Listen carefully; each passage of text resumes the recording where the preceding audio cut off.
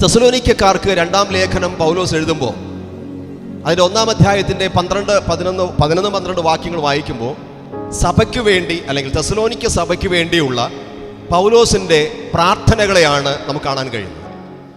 ആ പ്രാർത്ഥനകൾ പ്രധാനമായി 3 കാര്യങ്ങൾ താൻ പ്രാർത്ഥിക്കുന്നതായി കാണുന്നുണ്ട്. ഒന്നാമതായി താൻ പ്രാർത്ഥിച്ചത് ദൈവവിളിക്ക് നിങ്ങൾ യോഗ്യരായി എണ്ണപ്പെടണം.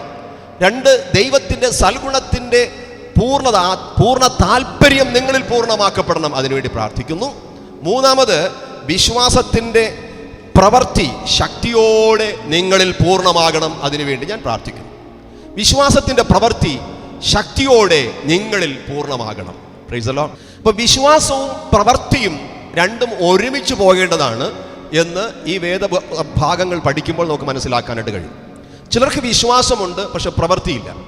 മറ്റു ചിലർക്ക് പ്രവൃത്തിയുണ്ട് പക്ഷെ വിശ്വാസമില്ല. എന്നാൽ ആത്മീയ ജീവിതത്തിൽ, ക്രൈസ്തവ ആത്മീയതയിൽ ഈ വിശ്വാസവും അതിൻ്റെ അനുയോജ്യമായ അതിൻ്റെ പ്രവൃത്തിയും, വിശ്വാസം ഉണ്ടെങ്കിൽ ഒരു പ്രവൃത്തി ഉണ്ടാകും, അത് നമ്മളുടെ ജീവിതത്തിൽ ഉണ്ടാകണം എന്നാണ് പരിശുദ്ധാത്മാവ് അപ്പോസ്തലന്മാരിലൂടെ നമ്മെ പ്രബോധിപ്പിക്കുന്നത്. യാക്കോബിന്റെ ലേഖനം 2-ാം അധ്യായം അതിൻ്റെ 17-ാമത്തെ വാക്യത്തിൽ ഇപ്രകാരം എഴുതിയിരിക്കുന്നു: അങ്ങനെ വിശ്വാസവും പ്രവൃത്തികളില്ലാത്തതാകിയാൽ സ്വതവേ നിർജീവമാകും. അതിൻ്റെ 26-ാമത്തെ വാക്യത്തിലും അപ്രകാരം എഴുതിയിരിക്കുന്നു: ഇങ്ങനെ ആത്മാവില്ലാത്ത ശരീരം നിർജീവമായിരിക്കുന്നത് പോലെ പ്രവൃത്തിയില്ലാത്ത വിശ്വാസവും നിർജീവമാകുന്നു. ആത്മാവില്ലാത്ത ശരീരം നിർജീവമായിരിക്കുന്ന പോലെ, ജഡമായിരിക്കുന്ന പോലെ, ശവശരീരമായിരിക്കുന്നത് പോലെ പ്രവൃത്തികളില്ലാത്ത വിശ്വാസവും നിർജീവമാണ്, ആത്മീയമായ മരിച്ച അവസ്ഥയിലാണ് പ്രവൃത്തികളില്ലാത്ത വിശ്വാസം എന്നാണ് ഇവിടെ യാക്കോബ് അപ്പോസ്തലൻ രേഖപ്പെടുത്തിയിരിക്കുന്നത്. അപ്പോൾ വിശ്വാസവും പ്രവൃത്തിയും ഒരുമിച്ച് മുന്നോട്ട് പോകണമെന്ന് കാണും. യാക്കോബ് 2-ാം അധ്യായം അതിൻ്റെ 20-ാമത്തെ വാക്യത്തിൽ ഇപ്രകാരം എഴുതിയിരിക്കുന്നു: വ്യർത്ഥ മനുഷ്യ, പ്രവൃത്തിയില്ലാത്ത വിശ്വാസം നിഷ്ഫലമെന്ന് ഗ്രഹിക്കാൻ നിനക്ക് മനസ്സുണ്ടോ? ചിലർക്ക് ഭയങ്കര വിശ്വാസമാണ്, പക്ഷെ ജീവിതത്തിൽ പ്രവൃത്തികളിലൊന്നും കാണാനായിട്ട് കഴിയുന്നില്ല. ഞാൻ കഴിഞ്ഞ പ്രാവശ്യം പറഞ്ഞപ്പോൾ ഒരു കാര്യം പറഞ്ഞതാണ്, ഈ വിശ്വാസം പ്രവൃത്തിയായി രൂപാന്തരപ്പെട്ടപ്പോഴാണ് നിനവേക്കാർക്ക് വരുത്തുവാനിരുന്ന അനർത്ഥത്തെക്കുറിച്ച് ദൈവം അനുതപിച്ചത്. കാരണം അവർ ദൈവത്തിൽ വിശ്വസിക്കുന്നു എന്ന്, അവർ ദുഷ്ടത വിട്ട് തിരിഞ്ഞു എന്ന്, അവർ മാനസാന്തരപ്പെട്ടു എന്ന് അവർ പ്രവർത്തികളിലൂടെ തെളിയിച്ചപ്പോൾ ദൈവം അവർക്ക് വരുത്താൻ ഉദ്ദേശിച്ചിരുന്ന അനർത്ഥങ്ങളിൽ നിന്ന് അവരെ വിടുവിച്ചു എന്ന് നമുക്ക് കാണുവാനായിട്ട് സാധിക്കും. അപ്പോൾ ഈ വിശ്വാസം, അതിൻ്റെ പ്രവൃത്തി, അത് 2 തലങ്ങളിലാണ് ഒരു ക്രിസ്തു വിശ്വാസിയുടെ ജീവിതത്തിൽ പ്രവർത്തിക്കേണ്ടത്. വിശ്വാസം അത് തൽഫലമായി ഉണ്ടാകുന്ന പ്രവൃത്തി ഓരോ ക്രിസ്തു വിശ്വാസിയുടെ ജീവിതത്തിൽ 2 തലങ്ങളിൽ വെളിപ്പെടണം എന്ന് കാണുന്നു. ഒന്നാമത്തേത് മനുഷ്യരോടുള്ള ബന്ധത്തിലാണ്. മനുഷ്യരോടുള്ള ബന്ധത്തിൽ യാക്കോബിന്റെ ലേഖനം 2-ാം അധ്യായം തന്നെ 15-ഉം 16-ഉം വാക്യങ്ങൾ വായിക്കുമ്പോൾ, ഈ യാക്കോബ് ലേഖനം 2-ാം അധ്യായം നിങ്ങൾ ശ്രദ്ധയോടെ വായിച്ചാൽ അതിനകത്ത് ഈ വിശ്വാസത്തെയും അതിൻ്റെ പ്രവൃത്തികളെയും കുറിച്ച് യാക്കോബ് അപ്പോസ്തലൻ വളരെ വ്യക്തമായി പല ചോദ്യങ്ങളും ഉത്തരങ്ങളുമായി ചിന്തിപ്പിക്കുന്ന തരത്തിൽ ലേഖനം എഴുതി പോയിരിക്കുന്നത് കാണാൻ കഴിയും. അതിനകത്ത് പരിശുദ്ധാത്മാവിൻ്റെ വലിയ ഇടപെടലുണ്ടെന്ന് നമുക്ക് കാണുവാനായിട്ട് സാധിക്കും. അവിടെ പറഞ്ഞിരിക്കുന്നത് യാക്കോബ് 2-ന്റെ 15-ഉം 16-ഉം വാക്യങ്ങളിൽ നമുക്ക് അറിയാവുന്ന വചനമാണ്. ഞാനെങ്കിലും ഒന്ന് വായിക്കാം. ഒരു സഹോദരനോ സഹോദരിയോ നഗ്നരും അഹോവൃത്തിക്ക് വകയില്ലാത്തവരുമായിരിക്കെ നിങ്ങളിൽ ഒരുത്തൻ അവരോട് സമാധാനത്തോടെ പോയി തീ കായുകയും വിശപ്പടക്കുകയും ചെയ്യുവിൻ എന്ന് പറയുന്നതല്ലാതെ ദേഹരക്ഷയ്ക്ക് ആവശ്യമുള്ളത് അവർക്ക് കൊടുക്കാതിരുന്നാൽ ഉപകാരം എന്ത്? അപ്പോൾ അവിടെ പറഞ്ഞിരിക്കുന്നത് എന്താണ്? ഒരു സഹോദരനോ സഹോദരിയോ അവർ നഗ്നർ എന്ന് പറഞ്ഞാൽ വസ്ത്രമില്ലാത്തവരായി ഇരിക്കുന്നത് കാണുകയും അഹോവൃത്തിക്ക് വകയില്ലാത്തവരുമായിരിക്കെ, ഭക്ഷണം കഴിക്കാൻ പോലും നിവൃത്തിയില്ലാത്ത സാഹചര്യത്തിൽ, ഭക്ഷണവും വസ്ത്രവും ഇത് മനുഷ്യൻ്റെ ഏറ്റവും പ്രാഥമികമായ ആവശ്യമാണ്. ഇതില്ലാതിരിക്കുന്ന ഒരവസ്ഥയിൽ ഇരിക്കുമ്പോൾ വിശ്വാസവീരന്മാരായ നിങ്ങൾ അങ്ങനെയുള്ള ദാരിദ്ര്യം അനുഭവിക്കുന്ന, വിശന്ന് വലഞ്ഞിരിക്കുമ്പോൾ അവരോട് ഈ സമാധാനത്തോടെ പോയി തീ കായുകയും വിശപ്പടക്കുകയും ചെയ്യുക എന്ന് കുറെ വിശ്വാസത്തിൻ്റെ വാക്കുകൾ മാത്രം പറഞ്ഞു കൊടുത്താൽ അതുകൊണ്ട് എന്ത് പ്രയോജനമെന്ന്? പിന്നെ എന്താണ് ചെയ്യേണ്ടത്? മനുഷ്യരോടുള്ള ബന്ധത്തിൽ ഒരു ക്രിസ്തു വിശ്വാസി, ക്രിസ്തുവിൽ വിശ്വസിക്കുന്ന വിശ്വാസിയുടെ ജീവിതത്തിൽ പ്രായോഗികമായി വരേണ്ടത് വിശന്നിരിക്കുന്നവന് ഭക്ഷണം കൊടുക്കുക, ആഹാരം ഇല്ലാത്തവന് ആഹാരം കൊടുക്കുക, വസ്ത്രമില്ലാത്തവന് അത് വാങ്ങിക്കൊടുക്കാനുള്ള അല്ലെങ്കിൽ 2 ഉള്ളവൻ 1 ഇല്ലാത്തവന് കൊടുക്കട്ടെ എന്നുള്ള തിരുവചനത്തെ അനുഷ്ഠിക്കുന്നവനായി തീരുമ്പോഴാണ് അവനിലുള്ള ക്രിസ്തു വിശ്വാസം പ്രവൃത്തിയായി വെളിപ്പെടുന്നത്. Praise the lord. അല്ലാതെ നമുക്ക് പറയാൻ പറ്റും, എന്ത് പറയാൻ പറ്റും? നമുക്ക് പ്രാർത്ഥിക്കാം, ദൈവം നിങ്ങൾക്ക് തരും. ഞങ്ങളെപ്പോലുള്ളവരൊക്കെ പറയുന്നതാണ്. ആരോ പറഞ്ഞു കേട്ടു, ഒരു ഉപയോഗമില്ലാത്ത ആൾക്കാർ പറയുന്ന ഒരു വാക്കാണ് എന്താണ്? പ്രാർത്ഥിക്കാൻ പൊയ്ക്കോളൂ അല്ലേ? ചില സമയങ്ങൾ നമുക്ക് ആർക്കൊന്നും ചെയ്യാൻ പറ്റില്ല ചില വിഷയങ്ങളിൽ. പക്ഷെ നമുക്ക് ചെയ്യാൻ പറ്റുന്ന ചില മേഖലകളില്ലേ? വിശന്നിരിക്കുന്നവൻ, ദാരിദ്ര്യം അനുഭവിക്കുന്നവൻ. നമ്മൾ ഒരു ഫംഗ്ഷൻ നടത്തുമ്പോൾ, ഒരു കല്യാണം നടത്തുമ്പോൾ, അല്ലെങ്കിൽ ഒരു വീട്ടിലൊരു പാർട്ടി നടത്തുമ്പോൾ ആരെയാണ് നമ്മൾ അതിൽ ക്ഷണിക്കാറുള്ളത്? നമുക്ക് ഏറ്റവും അടുത്ത ആൾക്കാർ ആരായിരിക്കും? നമുക്ക് ഏറ്റവും അടുത്ത ആൾക്കാർ ഏറ്റവും ശ്രേഷ്ഠരായിട്ടുള്ളവർ നമ്മൾ വിളിക്കാനായിട്ട് ആഗ്രഹിക്കുന്നു അല്ലേ? നമുക്ക് ഏറ്റവും ഇഷ്ടമുള്ളവർ, ഏറ്റവും അറിയപ്പെടുന്നവർ വിളിക്കാനായിട്ട് ആഗ്രഹിക്കുന്നു. അവർ എൻ്റെ വിഷയങ്ങൾക്ക് വേണ്ടി അവരുടെ വീട്ടിൽ എന്നെ വിളിച്ചതാണ്, അതുകൊണ്ട് ഞാനും വിളിക്കാതിരിക്കുന്ന എങ്ങനെ? മറ്റു ചില സന്ദർഭങ്ങൾ പറയും, അവരുടെ ആവശ്യത്തിന് എന്നെ വിളിച്ചില്ല, അതുകൊണ്ട് അയാളെ ഇനി വിളിക്കണ്ട. ഇങ്ങനെയുള്ള ചിന്താഗതിയിലൂടെയാണ് കടന്നു പോകുന്നത്. പക്ഷെ കർത്താവ് പറഞ്ഞ എന്താണ്? നിങ്ങൾ അങ്ങനെയുള്ള ഒരു വിഭവസമൃദ്ധമായ ഭക്ഷണ ക്രമീകരണങ്ങൾ നടത്തുമ്പോൾ, അല്ലെങ്കിൽ അങ്ങനെയുള്ള പാർട്ടിയൊക്കെ നടത്തുമ്പോൾ, നിങ്ങൾക്ക് തിരിച്ചു തരുവാൻ കഴിയില്ലാത്ത എളിയവരായുള്ളവരെ ക്ഷണിപ്പീൻ. Praise the lord. അവരിൽ നിന്നും ഒന്നും കിട്ടില്ല, നമുക്ക് തിരിച്ചു തരാൻ അവർക്ക് കഴിവില്ല. അങ്ങനെയുള്ളവരെ വിളിക്കണം എന്ന് കർത്താവ് പറഞ്ഞിരിക്കുകയാണ്. അങ്ങനെയുള്ളവരെ വിളിച്ച് നമ്മൾ പ്രധാന സ്ഥലത്തോട് ഇരുത്തുമോ? ഞാനിങ്ങനെ വിചാരിച്ചുകൊണ്ടിരിക്കുകയാണ്, എൻ്റെ വീട്ടിലൊരു ആവശ്യം വന്നാൽ അങ്ങനെയുള്ളവരൊക്കെ ഒന്ന് കാണിച്ചു തരണം കർത്താവ്. ഇവരെ കണ്ടുപിടിക്കാനാണ് പ്രയാസം. അത്യാവശ്യം, അതായത് ആവശ്യത്തിലിരിക്കുന്നവർ പലപ്പോഴും പറഞ്ഞു നടക്കാറില്ല. അവരെല്ലാവരുടെയും കൂട്ടത്തിൽ കാണും, പക്ഷെ അവരുടെ ഇല്ലായ്മകളും ഞെരുക്കങ്ങളും ബുദ്ധിമുട്ടുകളും പലപ്പോഴും നമുക്ക് അറിയാറില്ല. അവർ നാണക്കേട് കൊണ്ട് പുറത്ത് പറയാറില്ല, പട്ടിണി കിടന്നാൽ പോലും. പക്ഷെ അങ്ങനെയുള്ളവരെ കണ്ടെത്തി അവരെ ക്ഷണിക്കണം എന്ന് പറയുകയാണ്. ഭക്ഷണമില്ലാത്തവനെ കണ്ടാൽ അവന് ആഹാരം കൊടുക്കുക, വസ്ത്രമില്ലാത്തവനെ കണ്ടാൽ അവന് വസ്ത്രം കൊടുക്കുക. അത് കൊടുക്കുമ്പോഴാണ് ഇത് കർത്താവ് പറഞ്ഞ വചനത്തിൻ്റെ പൊരുളുകൾ നമ്മുടെ ജീവിതത്തിൽ പ്രായോഗികമാകുന്നു. യേശുവിൽ ഞാൻ വിശ്വസിച്ചിരിക്കുന്നു, അതുകൊണ്ട് യേശു പറഞ്ഞ വചനത്തെ ഞാൻ പ്രമാണിക്കുന്നു എന്ന് എൻ്റെ പ്രവർത്തികളിലൂടെ വെളിപ്പെടുത്തുവാൻ സാധ്യമാകുന്നത്. Price the Lord. സാധു സുന്ദർ സിംഗിനെ കുറിച്ച് നിങ്ങൾ കേട്ടിട്ടുണ്ടാവും. അദ്ദേഹത്തിൻ്റെ പുസ്തകങ്ങളൊക്കെ ഒരുപാട് നമുക്ക് ലഭ്യമാണല്ലോ. ഞാൻ ആ പുസ്തകം വായിക്കുമ്പോൾ അദ്ദേഹത്തിൻ്റെ പല പുസ്തകങ്ങൾ ഞാൻ വായിച്ചിട്ടുണ്ട്. ഒരിക്കൽ ടിബറ്റിലേക്കുള്ള തൻ്റെ യാത്രയിൽ താനിങ്ങനെ ഒരു കാട്ടിലൂടെ കടന്നു പോകുമ്പോൾ തണുത്ത് വിറച്ച്, തന്നോടൊപ്പം 2 പേർ വേറെയുണ്ട്, അവർ 3 പേരായിട്ട് ഇങ്ങനെ യാത്ര പോയിക്കൊണ്ടിരിക്കുമ്പോൾ വഴിയോരത്തിലൊരു മനുഷ്യൻ തളർന്ന് കിടക്കുകയാണ്. തണുപ്പ് കൊണ്ട് താന് തളർന്നിങ്ങനെ കിടക്കുകയാണ്. അപ്പോൾ തണുത്ത് വിറച്ച് താൻ കിടക്കുന്ന ആ ഒരു പ്രത്യേക സമയത്ത് ഈ മനുഷ്യനെ ഒറ്റയ്ക്കാക്കിയിട്ട് പോകാൻ നമ്മുടെ സാധു സുന്ദർ സിംഗിന് കഴിയുന്നില്ല. കൂടെ ഉള്ളവർ പറഞ്ഞു, നമുക്ക് വേഗത്തിൽ പോകാം, ഈ കാട് എങ്ങനെയെങ്കിലും ഒന്ന് താണ്ടി വേഗത്തിൽ മറികടന്ന് നമുക്ക് പോകാം, കാരണം ഈ തണുപ്പ് നമുക്ക് സഹിക്കാൻ പറ്റാത്തതാണ്. അപ്പോൾ സുന്ദർ സിംഗ് പറഞ്ഞു, ഈ മനുഷ്യൻ ഇവിടെ തണുത്ത് വിറങ്ങലിച്ച് കിടക്കുമ്പോൾ നമ്മൾ എങ്ങനെ ഇട്ടേച്ചു പോകും? അദ്ദേഹത്തെ അവിടെ ഇട്ടിട്ട് പോയാൽ അയാൾ ആ തണുപ്പടിച്ച് അവിടെ കിടന്ന് മരിച്ചു പോകും. അപ്പോൾ മറ്റുള്ള 2 പേരും പറഞ്ഞു, തനിക്ക് വട്ട, താൻ എന്തോന്ന് വെച്ച് ചെയ്തോ, പക്ഷെ ഞങ്ങൾക്ക് രക്ഷപ്പെടണം. അവർ വേഗത്തിൽ ഓടിയും നടന്നും കാട്ടിലൂടെ വേഗം സ്പീഡിൽ അവർ നടക്കാൻ തുടങ്ങി. പക്ഷെ സുന്ദർ സിംഗ് ചെയ്തെന്തറിയോ? അദ്ദേഹം ഈ തണുത്ത് വഴിയോരത്തിൽ വിറച്ചു കിടക്കുന്ന ആ മനുഷ്യനെ തോളത്തെടുത്തിട്ട് താനിങ്ങനെ പിടിച്ചുകൊണ്ട് നടക്കാൻ തുടങ്ങി.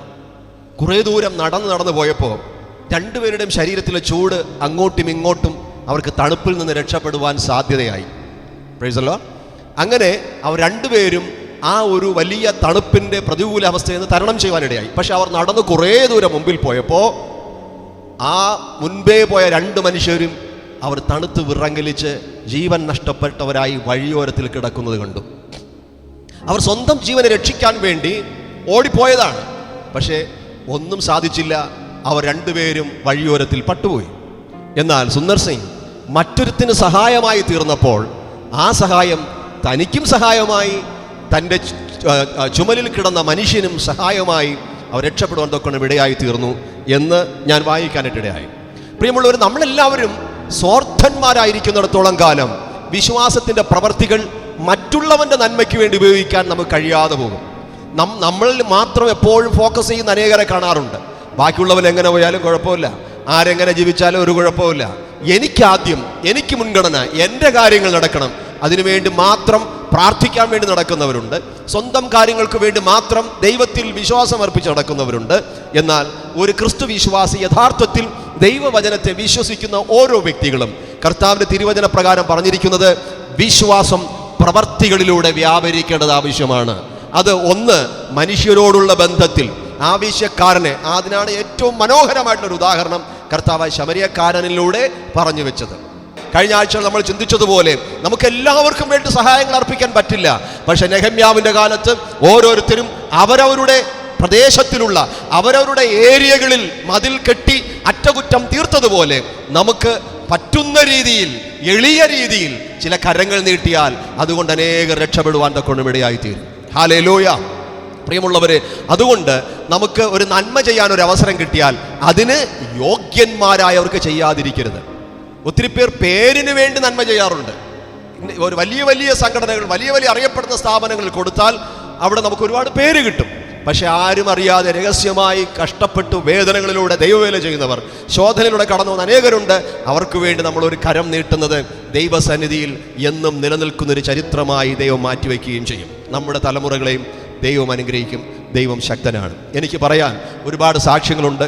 ഏതാനും ചില മാസങ്ങളിലൂടെ കഴിഞ്ഞിട്ട് ഞങ്ങളത് വ്യക്തമായി പറയും. Price the Lord. ദൈവത്തിന് മഹത്വം ഉണ്ടാകട്ടെ. നമ്മൾ കർത്താവിന് വേണ്ടി, കർത്താവിലുള്ള വിശ്വാസത്താൽ നമ്മൾ എന്തെങ്കിലും ഒരു പ്രവൃത്തി ചെയ്താൽ നമുക്ക് ഇരട്ടിയായി നൽകുന്നൊരു ദൈവം ജീവിക്കുന്നു. Price the Lord, price the Lord. അതുകൊണ്ട് യോഗ്യന്മാരായിരിക്കുന്നവർക്ക് നന്മ ചെയ്യാൻ പ്രാപ്തിയുള്ളപ്പോൾ നീ ചെയ്യണം. അത് മനുഷ്യരോടുള്ള ബന്ധത്തിൽ യേശുവിലുള്ള വിശ്വാസത്തിൻ്റെ അടയാളമായി നമ്മൾ പ്രവർത്തിക്കണം. കാരണം good works are the proof of our faith എന്നാണ് പറയുന്നത്. എന്ന് പറഞ്ഞാൽ നന്മ പ്രവർത്തികൾ നമ്മുടെ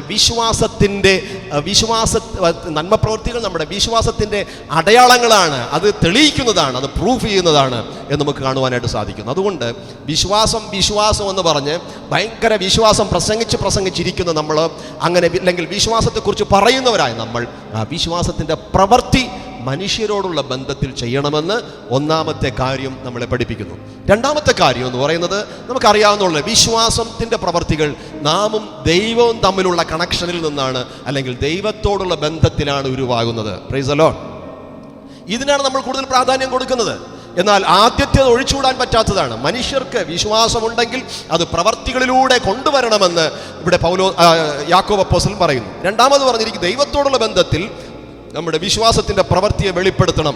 യാക്കോബിൻ്റെ ലേഖനം 2-ാം അധ്യായം 21-22 വാക്യങ്ങൾ. യാക്കോബിൻ്റെ ലേഖനം 2-ാം അധ്യായം 21-22 വാക്യങ്ങൾ പറയുന്നു, പ്രവൃത്തിയോടുകൂടെ വിശ്വാസം വ്യാപരിച്ചു എന്നാണ് അവിടെ എഴുതിയിരിക്കുന്നത്. പ്രവൃത്തിയോടുകൂടെ വിശ്വാസം വ്യാപരിച്ചു. ഞാൻ ആ വാക്യം വായിക്കാം. നമ്മുടെ പിതാവായ അബ്രഹാം തൻ്റെ മകനായ ഇസ്ഹാക്കിനെ യാഗപീഠത്തിന്മേൽ അർപ്പിച്ചിട്ട് പ്രവൃത്തിയാൽ അല്ലയോ നീതീകരിക്കപ്പെട്ടത്, അവൻ്റെ പ്രവൃത്തിയോടുകൂടെ വിശ്വാസം വ്യാപരിച്ചു എന്നും പ്രവൃത്തിയാൽ വിശ്വാസം പൂർണ്ണമായി എന്നും നാം കാണുന്നുവല്ലോ.